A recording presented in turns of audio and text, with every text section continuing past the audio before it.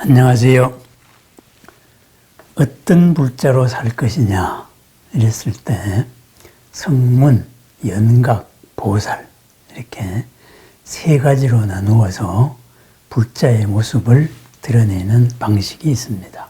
주로 대승불교에서 쓰는 방식입니다. 오늘은 성문, 연각, 보살 여기에 얽힌 이야기들을 잠시 살펴보기로 하겠습니다.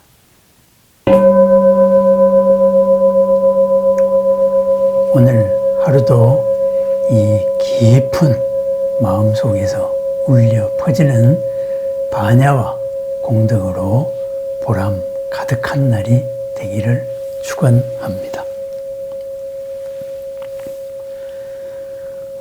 성문이라는 말은 그냥 글자 그대로 소리를 들었다입니다. 소리를 들었다. 그래서 성문의 원어도 그런 이제 단순히 듣는 자, 들었다, 들은 사람 이런 말이라 그래요. 그러니까 결국 성문이라는 말은 뭐겠어요? 부처님의 말씀을 들은 자다.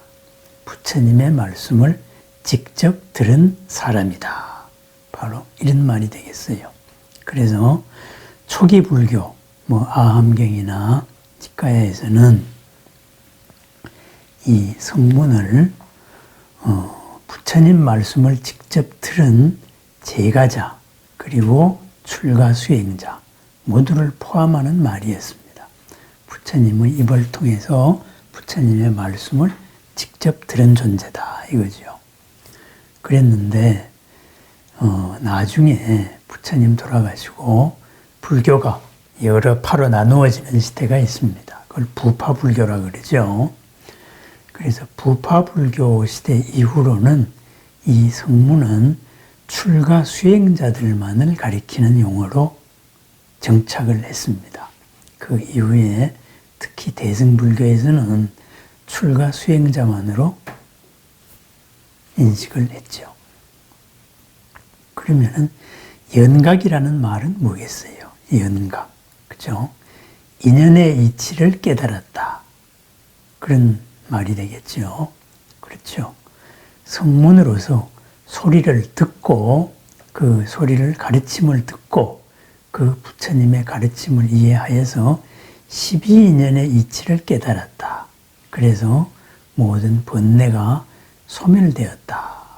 그래서 연각이라고 말합니다. 벽지불 이런 식으로도 말을 합니다. 그죠?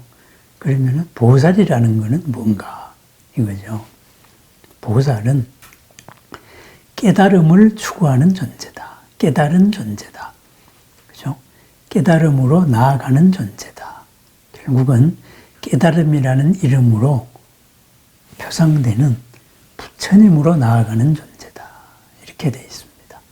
그래서 스스로를 나는 부처님의 길을 걷는 사람이다. 그랬습니다. 보살이라는 말은 원래는 부처님의 전생을 의미하는 거의 고유명사였습니다. 그죠? 그 부처님의 전생을 본생보살이라 그랬어요. 전생의 수행자, 본생보살이라 그랬는데 우리의 삶이 바로 부처님의 전생과도 같다. 우리는 부처님으로 나아간다. 이래서 우리 스스로가 보살이고 또 이미 그렇게 앞서간 존재들이 있다 해서 깨달음에 이르른 여러 보살들을 상정하게 되었습니다. 그래서 관세음보살, 지장보살, 문수보살, 보현보살 등등 수많은 보살들이 바로 경전에 표현하게 됩니다. 그러면은 성문연각, 성문과 연각은 거의 이제 같은 개념이죠. 성문에서 수행의 깊이가 더 나아갔을 때, 그랬을 때, 그러니까 가르침이 내면적으로 체득화되어서 개인적인 번뇌가 모두 소멸한 사람, 그런 사람을 연각이라 그러죠. 그러면 성문과 연각은 거의 한 부류로 봐야 될 겁니다. 그렇지만은 보살은 바로 삶의 방식이나 길 자체도 다릅니다.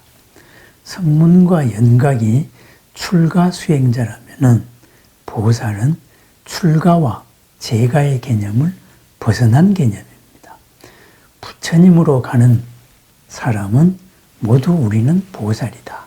그래서 법화경 같은 데서는 성문, 연각, 보살이 오직 일불승, 부처님으로 나아가는 한 길이 있을 뿐이다. 그래서 보살승, 불승으로 이야기를 해요.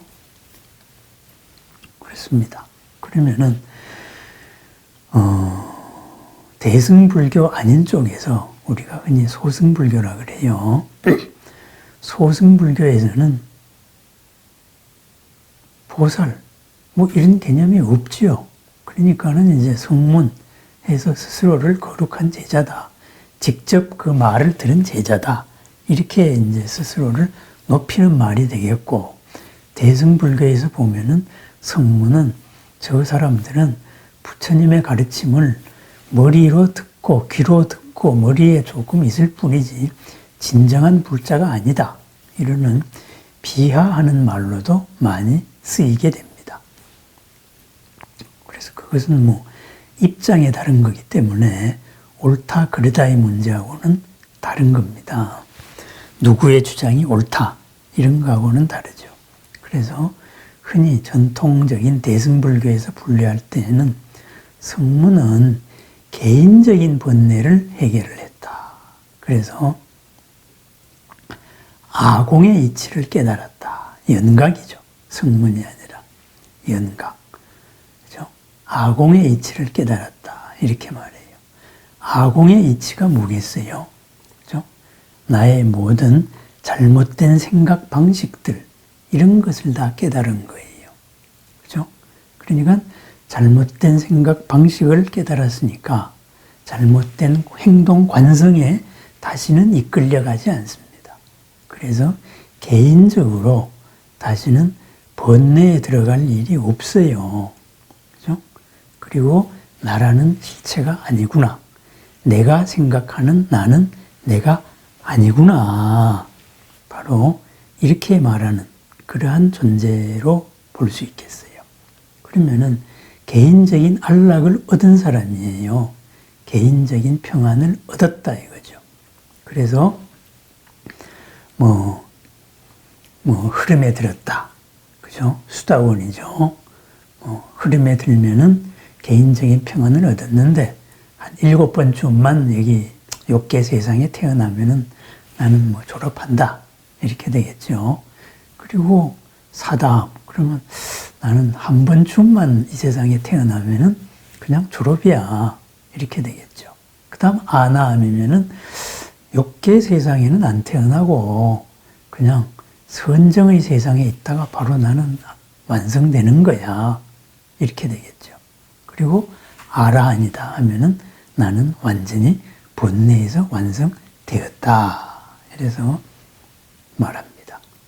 그 모든 것이 바로 개인적인 완성입니다. 그래서 이 개인적인 완성이다. 그래서 대승불교에서는 소승이라 그래요. 작은 수레를 타고 가는 사람들, 작은 탈 것을 타고 가는 사람들. 뭐예요? 혼자 타고 가는 거예요. 혼자 타고 가면서 다가오는 이면에 대해서 개인적으로 축복을 하고 그리고 그것으로서 완성이 돼서 다시는 이 욕계에 태어나지 않는 사람, 욕계와 관계가 없는 사람이 되겠어요. 그렇게 되는 사람을 이제 성문과 연각. 그래서 저 사람들은 스스로의 이로움과 스스로의 안락만을 추구하는 사람이다. 이렇게 바라봤습니다. 그러면은 보살은 뭐냐? 거기에 더해가지고, 그죠? 법공을 깨달았다. 모든 존재와 모든 현상이 사실은 비어있는 속성이다. 그것이 인연화합의 속성으로서 이 법공의 이치이기 때문에 우리는 전체로서 하나로서 같이 가야 된다. 바로 이런 삶입니다. 더불어 하나 가는 삶으로서 우리는 부처님으로 완성이 되어야 된다. 이거죠. 그러다가 보니까 부처님에 대한 개념이 서로 달라지는 겁니다. 그죠? 개인적인 완성을 부처님으로 보느냐, 아라한을 부처님으로 보느냐. 아니다. 아라한은 개인적인 번뇌가 끊어진 것이다. 부처님이라는 것은 영원한 그런 법신의 몸으로 그리고 우리 모두와 항상 함께 존재하는 그런 이타적인 자비의 님이다. 사랑의 님이고 연민의 님이다. 그리고 서원의 님이다. 이렇게 바라보는 부처님에 대한 입장이 달라지는 거예요. 그러다가 보니까 현실 삶에 대한 입장도 달라집니다. 현실 삶을 떠나야 되는 장소.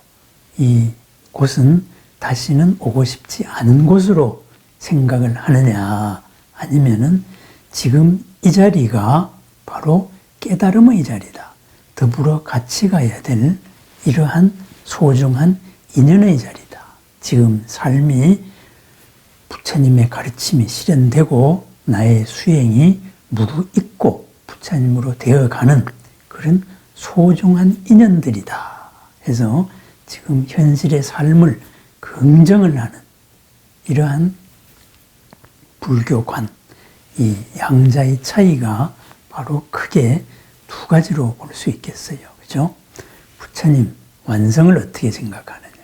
또 하나는 현실의 삶에 대해서 어떻게 생각하느냐. 바로 그 문제가 되겠어요. 그러다가 보니까 이 성문과 연각에서는 개인적인 번뇌의 해결에 초점을 둡니다. 그러면은 대승불교에서는, 보살불교에서는 개인적인 번뇌를 해결함과 아울러서 법공, 이 전체로서 살아가는데, 현실을 살아가는데 걸림이 없어야 된다. 이러한 법공의 이치도 같이 중요시 여깁니다. 바꾸어 말하면 뭐냐 하면은 개인적인 번뇌가 소멸되는 것, 이것을 기초과학이라고 한다면은, 그죠? 대승불교는 그 기초과학을 현실에서 응용해 나가서 나의 삶에서 살찌워야 된다. 나의 삶에서 그러한 번뇌가 실현되어야 된다. 바로 이런 영역이라고 말할 수가 있겠어요. 그죠? 물리학에서 물질의 근원을 밝히고, 그죠? 근원 구조를 밝히면은 그것을 가지고 화학이나 기타 응용과학에서 수많은 생활을 편의를 만듭니다. 그래서 생활의 넉넉하게 만들죠. 불교로 보면은 이런 공의 이치라든가 번뇌의 이치를 알아서 현실의 삶에서 걸림이 없이 나도 이롭고 남도 이로운 삶을 살아갑니다. 그러다가 보니까 대승불교, 보살불교의 교리는 그러한 번뇌의 제거만이 아니고 플러스 알파, 현실을 어떻게 살아갈 것이냐 해서 바라밀을 주장을 합니다. 바라밀, 초월의 삶이죠. 이 언덕 평면에서 더 높은 차원의, 이 언덕을 포괄하는 높은 차원의 삶을 승화하게 됩니다. 그래서 바라밀의 가장 첫 번째, 그것이 보시바라밀입니다. 보시바라밀. 어떻게 살 것이냐. 바라밀로 살아야 되는데 가장 첫 번째는 이 현실을 보시로 살아야 된다. 보시로 살려면은 우선 크게 세 가지가 있다. 그죠? 제시, 물질적인 것을 주어야 된다. 두 번째, 법시, 이러한 진리의 가르침을 주어야 된다. 세 번째는 궁극적으로 두려움 없음을 주어야 된다. 무외시, 이 세 가지를 크게 강조합니다. 그러면은 보살불교에서 보시를 강조한다는 것은 뭐겠어요? 보시를 할 것이 나에게 있어야 됩니다. 결국은 정명, 바른 생계 수단이죠. 나의 삶이 바로 보시를 할 수 있어야 된다. 기본적으로 여기서 출발을 합니다. 내가 남에게 이익된 존재가 되어야 된다. 남의 안락시켜주는 존재가 되어야 된다. 물질적으로. 그 다음 그랬습니다. 그것이 보시 가운데 제시입니다. 그 다음에는 정신적으로, 물질적으로 이익만 줄 뿐만 아니라 정신적으로도 안락을 주어야 된다. 그래서 법시입니다. 이러한 불법의 이치를 가르쳐주고 그 이치로서 삶을 윤택하게 살면서 고를 없애주어야 된다. 이것이 법시입니다. 그렇다면 이런 제시와 법시의 궁극의 목적이 뭐냐? 모든 두려움을 없게 해주는 겁니다. 두려움은 어디서 생겨요? 공포는 어디서 생겨요? 걸림에서 생겨요. 이 걸림이 나를 위협하는 것. 그죠? 그러다가 보니까 여기에 걸려서 수많은 전도된 생각들이 일어납니다. 거꾸로 된 생각들이 일어납니다. 거꾸로 된 생각으로는 궁극의 이로움도, 궁극의 평안도 얻을 수가 없어요. 그죠? 원리, 전도, 몽상을 할 수가 없다 이 말입니다. 전도, 몽상을 원리, 멀리 여의어야 열반을 얻는데 전도, 몽상을 가로막는 게 두려움입니다. 그래서 이 두려움을 없애준다. 모든 사람을 평안하게 해주는 존재, 모든 사람을 이롭게 해주는 존재. 이것이 바로 보살의 기본 원칙입니다. 그래서 보살의 원칙은 바라밀입니다. 그렇습니다. 이 성문, 영각, 보살에서 우리가 어떤 존재로 살아갈 것인가, 그것을 다시 한번 되살펴봐야 하겠습니다.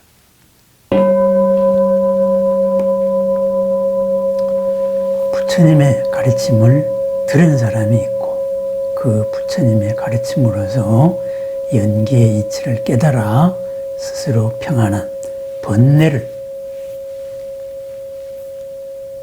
사라지게 하는, 번뇌를 줄인 사람이 있습니다. 아울러서 이러한 것으로서 모든 삶의 구체적인 현장에서 나도 이롭고 남도 이롭고 나도 평안하고 남도 평안한 그런 현실의 삶을 사랑하면서 이 삶 속에서 스스로를 부처로 바꿔나가는 삶이 있습니다. 우리는 어떤 불자로 살아갈까요? 우리의 삶에 대해서, 우리 자세에 대해서 돌이켜 생각해 봤으면 좋겠습니다. 그렇습니다. 바라밀의 삶, 바로 우리들의 삶입니다. 이 언덕에 살면서 이 언덕을 포괄하는 초월의 삶을 살아가는 삶, 그 바라밀은 보시에서 시작이 됩니다. 내가 줄 수 있어야 되고 내가 보이지 않는 정신적인 가르침도 줄 수 있어야 되고 궁극적으로는 두려움 없음을 주어야 됩니다. 평안을 주어야 됩니다. 평안을 주는 나도 평안하고 남도 평안한 그런 보람 가득한 날을 축원합니다. 감사합니다.